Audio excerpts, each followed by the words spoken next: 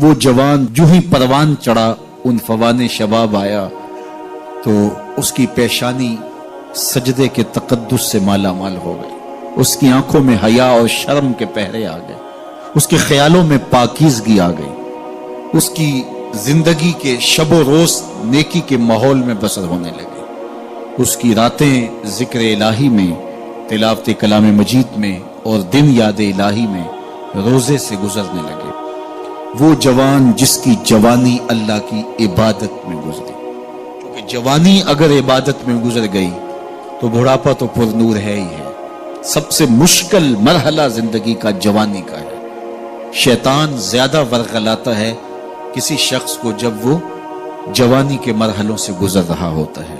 تو جس کی جوانی خیریت کے ساتھ گزر گئی اور اس نے اپنی جوانی کے تقدس کو محفوظ رکھ کے منزل تک پہنچا لیا، اپنی عصمت کے جوہر کی حفاظت کی، اپنی آبرو کو لٹنے نہیں دیا، اپنی آنکھوں کی شرم و حیا پر پہرے بٹھائے اور آنکھ کو برباد نہیں ہونے دیا اور اپنی زندگی کے تقدس کا پہرا دیا، تو جو جوان اپنی جوانی کو خیریت کے ساتھ گزار گیا۔ کسی نے کہا تھا نا، کتاب زیست کا ایک اور باب ختم ہوا، شباب ختم ہوا، ایک عذاب ختم ہوا۔ تو جوانی جس کی منزل تک پہنچ گئی خیریت کے ساتھ، عافیت کے سائے میں۔ مشکل تو بڑا ہے جوانی کو منزل تک لے جانا، خیریت کے ساتھ، داغدار نہ ہونے دینا، جوانی کے تقدس کو رسوا نہ ہونے دینا، عصمت کے جوہر پہ کالک نہ لگنے دینا، خواہشات کو غالب نہ آنے دینا۔ آسان کام تو نہیں ہے، مشکل کام ہے، لیکن اگر کوئی مشکل کاٹ گیا، جوانی کے تھوڑے سے ایام میں گزار گیا۔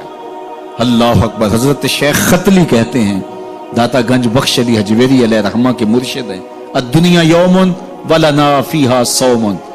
وہ کہتے ہیں دنیا ایک دن ہے، ہم روزہ رکھ کے گزار رہے ہیں۔ تو روزہ رکھ کے سارا دن گزر ہی جاتا ہے، دوپہر بھی آتی ہے گزر جاتی ہے، اور عصر کا وقت بھی آتا ہے گزر جاتا ہے، کھانے کا وقت بھی آتا ہے، چائے کا وقت بھی آتا ہے، سب کچھ ہوتا ہے لیکن گزر جاتا ہے، افطار تک بندہ پہنچ جاتا ہے۔ جس نے زندگی روزے کی طرح گزار دی، جس نے جوانی روزہ رکھ کے گزار دی، خواہشات کو بے قابو نہیں ہونے دیا، مشکل کام تھا لیکن اس نے مشکل کام کر دکھایا۔ اجر کتنا بڑا ہے، سنیے اللہ کے محبوب کی زبان سے سنیے۔ حضور نے ارشاد فرمایا جو سیدنا ابو ہریرہ کے ذریعے سے ہمارے تک پہنچا، فرمایا قیامت کے دن جب سورج کا رخ سیدھا ہوگا، زمین تانبے کی ہوگی، لوگ پسینے میں شرابور ہوں گے، کوئی ٹخنوں تک پسینے میں، کوئی گھٹنوں تک، کوئی کمر تک، کسی کو پسینے کی لگام دی جائے گی، اور وہ پسینہ ایسے نہیں ہوگا جس طرح یہ پسینہ ہے، اتنا گرم ہوگا۔ ابن رجب حنبلی کہتے ہیں اس پسینے کا ایک قطرہ اگر احد پہاڑ پہ ڈال دیا جائے تو وہ پگھل جائے، اتنا گرم ہوگا، بدبودار اتنا ہوگا، ایک قطرہ دنیا پہ ڈال دیا جائے، انسان کیا جانوروں کے دماغ بھی پھٹ جائے۔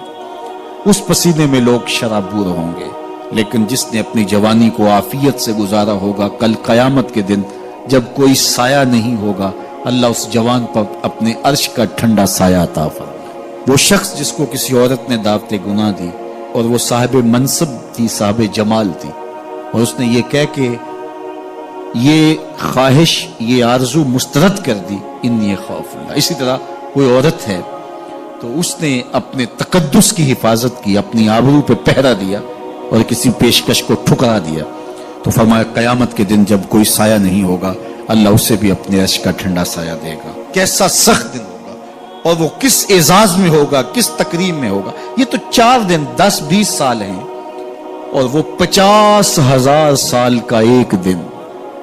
پھر اس کو اللہ کا شکر ادا کرنا ہوگا کہ اللہ تو نے کتنا کرم کیا میرے اوپر کہ میری جوانی خیریت اور عافیت سے گزری، اور آج اس کا تو کتنا بہتر صلہ مجھ کو دے رہا۔